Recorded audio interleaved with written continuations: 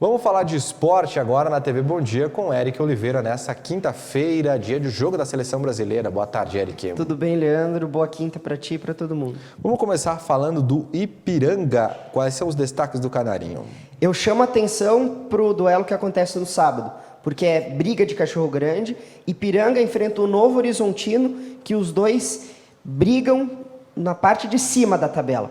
O Ipiranga se mantém na liderança nesse momento pela questão dos gols marcados. Tem mais gols marcados do que o time de São Paulo, mas tem o mesmo saldo de gols. São assim, uma diferença muito pequena, e o time do Novo Horizontino chama atenção para a tabela de classificação também, porque o Novo Horizontino é uma equipe que, nesse retorno, perdeu apenas um jogo. Na abertura do retorno, Orlando Scarpelli contra o Figueirense. Depois eles vêm em uma sequência que é muito positiva, não perderam nenhum jogo até aqui e estão em uma evolução. Então, o Ipiranga, focado nesse jogo, vai ter algumas dificuldades, e principalmente porque o Novo Horizontino apresenta, pelo menos no grupo B, a melhor defesa do campeonato. São menos de 10 gols sofridos, e em comparação com o Ipiranga tem a melhor ataque, vai jogar contra a melhor defesa. Novo Horizontino e Ipiranga se enfrentam no sábado, no estádio Jorge Ismael de Biasi, às 17 horas, um duelo que pode colocar o Ipiranga, em caso de vitória,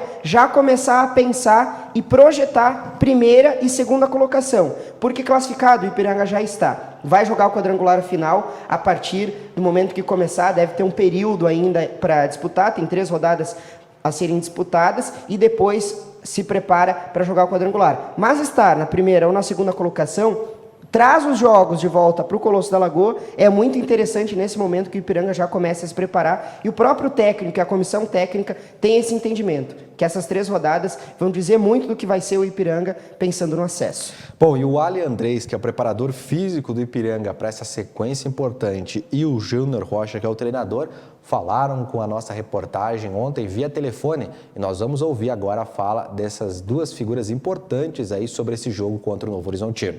A classificação com antecedência é a garantia de um trabalho bem feito, né?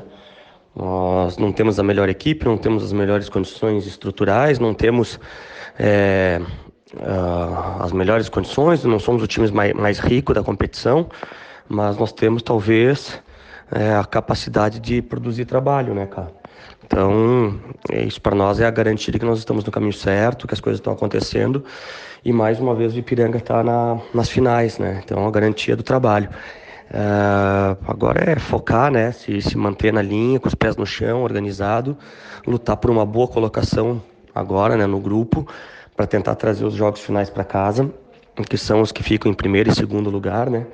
E depois disso aí, tentar o acesso, que é, mais uma vez, a gente sabe que é uma outra competição, muda tudo, a gente ainda está na iminência aí de abrir os portões para a torcida, e as equipes do Norte e Nordeste ficam muito mais fortes, mas isso não amedronta a gente vai continuar focado, trabalhando num ritmo muito forte para essas finais aí, que serão agora aí nos próximos 2 meses, né, que temos ainda 2 semanas, vamos botar aí, completas para o trabalho das finais do turno, e mais 1 mês e meio, praticamente, das finais. Então, o que a gente tem que fazer é se manter focado, organizado, equilibrado, trabalhando com muita força, para visualizar um pouco mais de perto a Série B, e quem sabe esse ano não seja o ano do Canário, tá bom?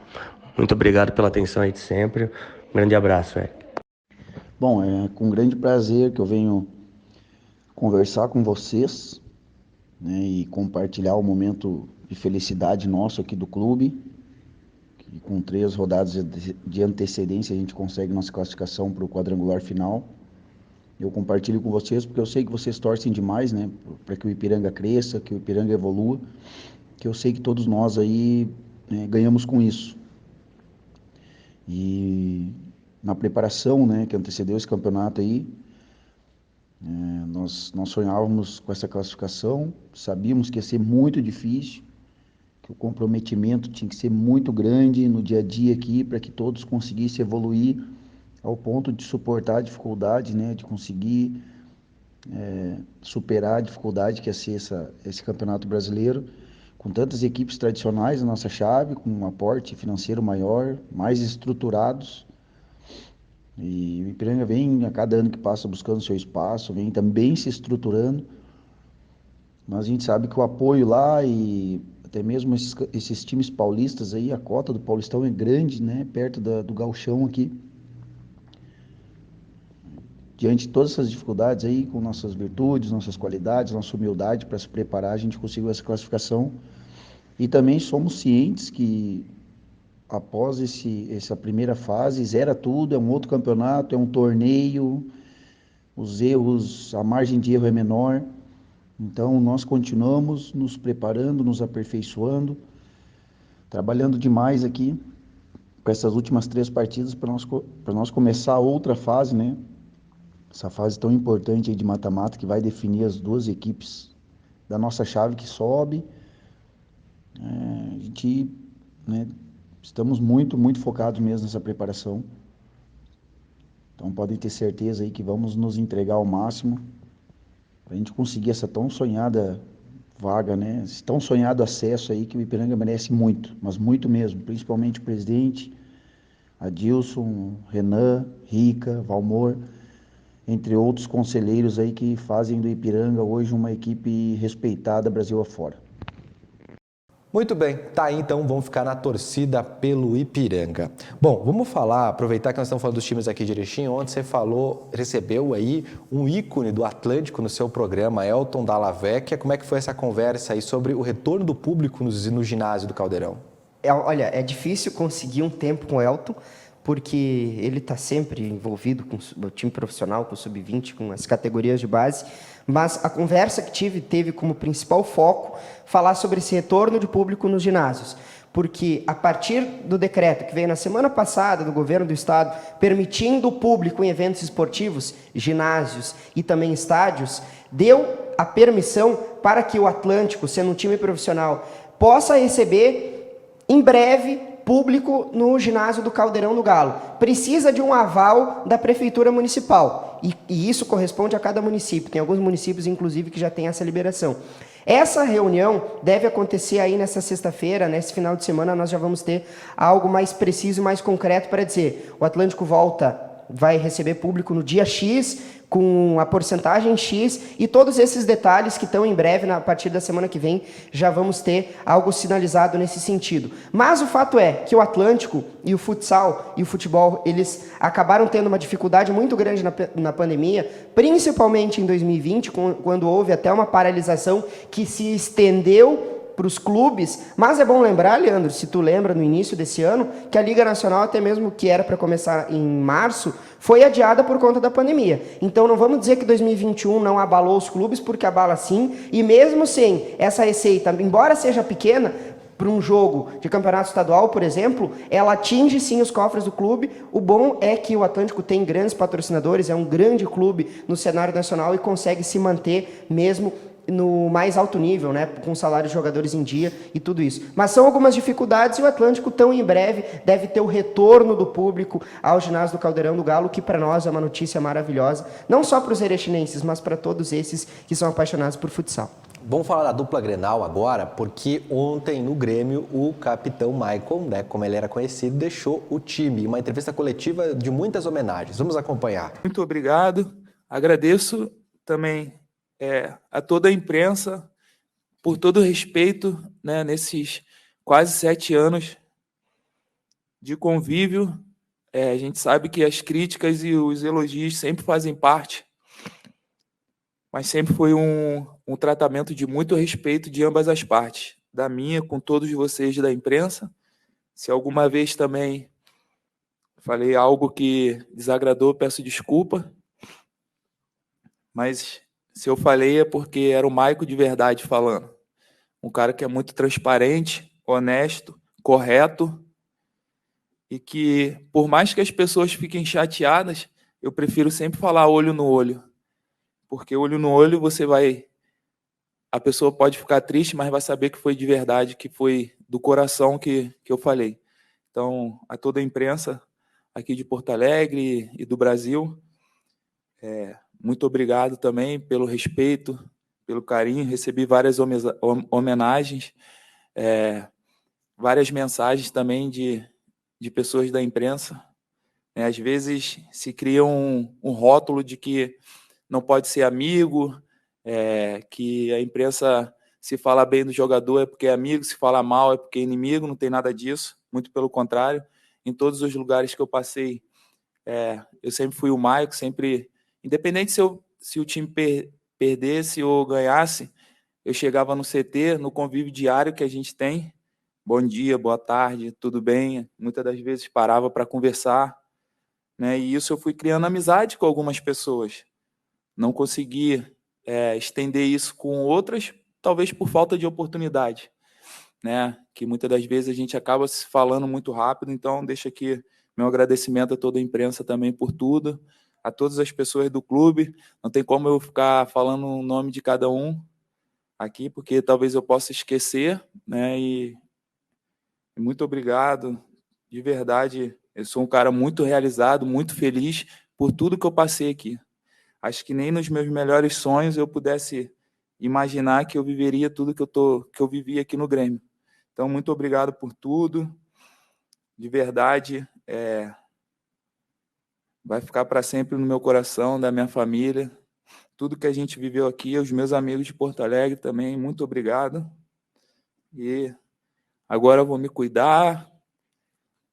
Já estou fazendo meus contatos pelo Rio de Janeiro para cuidar do corpo um pouco. Vou pegar uma pessoa também para poder treinar, para que ano que vem eu possa voltar a fazer o que eu mais amo e a única coisa que eu sei fazer, que é jogar futebol.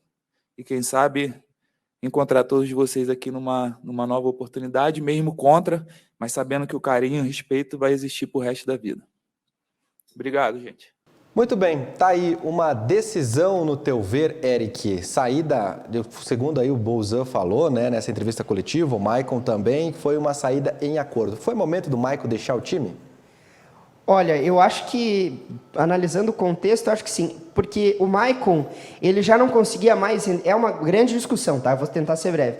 O Maicon, ele já não conseguia fisicamente dar ao Grêmio aquilo que em temporadas anteriores ele dava. Mesmo que jogando 30 minutos, ele poderia ser decisivo, como foi em alguns momentos, um jogador ele tem que estar em sua excelência física, porque senão há um problema no cumprimento da parte tática e técnica que é comprometida. Eu tenho esse pensamento que é muito claro, independente se é o Maicon ser ídolo, se não ser ídolo, jogador jovem, independente. Ele tem que estar fisicamente bem para conseguir desempenhar aquilo que o time precisa. E o Maicon, ele teria o contrato até o final desse ano. E não faria muito sentido,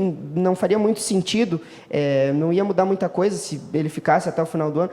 São várias questões, mas eu acho que o Maicon foi uma saída assertiva, sim. Ele falou muito nessa coletiva sobre esse momento de despedida, não era o que ele queria o estádio cheio, mas infelizmente foi assim que se apresentou. O Maicon era uma das lideranças do Grêmio, mas alguns ciclos chegam ao fim e o Grêmio agora tem que focar única e exclusivamente, independente de jogador, de estrela, de idolatria, tem que focar na retomada no Campeonato Brasileiro. Essa é a principal preocupação. Quem também está focado na retomada é o Internacional do Campeonato Brasileiro. O goleiro Daniel falou aí sobre como está a preparação do clube para o retorno.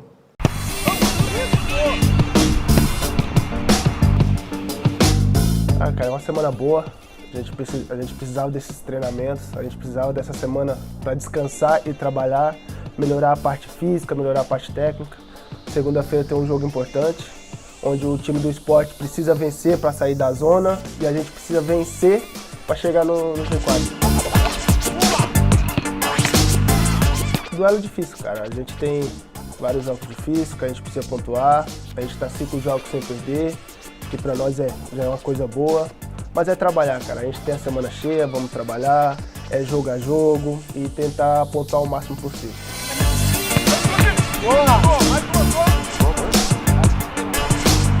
Vem para ajudar, né, cara? Acho que todo jogador que chega no Esporte Clube Internacional vem para ajudar. Então, nosso grupo é bom, nosso grupo está fechado e todos os atletas que chegar vão ajudar bastante.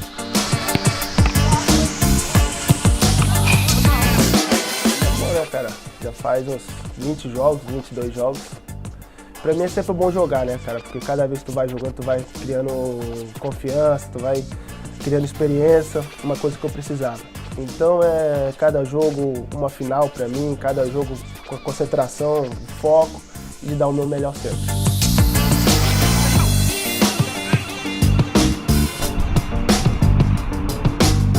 importante, né, cara, a gente não sofrer gols. Mas a defesa começa lá da frente, do Yuri, do Tyson, começa com os 11. Então é bom estar compactado, é bom estar todo mundo ciente que tem que marcar e atacar. Então a gente vai trabalhando, cada vez trabalhar mais. A semana foi boa para a gente trabalhar a parte defensiva, a parte ofensiva. E para segunda-feira a gente está focado nisso. Muito bem, pelos lados do Beira-Rio, parece que as coisas estão mais tranquilas, aparentemente, né? Estão um pouco mais tranquilas do que do lado do CT Presidente Luiz Carvalho, que a concentração deve começar na quinta-feira. Normalmente antecede o jogo acontece no domingo contra o Ceará, ao invés da equipe da delegação concentrar no sábado, vão concentrar nessa quinta-feira. Me parece que o Felipão levou até a Santa Rita de Cássia lá, para ver se... Isso é sério, é brincadeira, mas isso é sério. Reza e padre foi levado lá para o CT Luiz Carvalho. E para os lados do Parque Gigante, um pouco mais de tranquilidade, enfrenta o Sport Recife, que também está na zona de rebaixamento. O Inter que deve ter até uma certa facilidade, já almejando alguma coisa maior para começar o retorno do Campeonato Brasileiro com o pé direito. Obrigado, Eric. 5 da tarde, no Virando o Jogo, tem mais destaques do esporte para você. Valeu. Um abraço, Leandro, e para todo mundo também.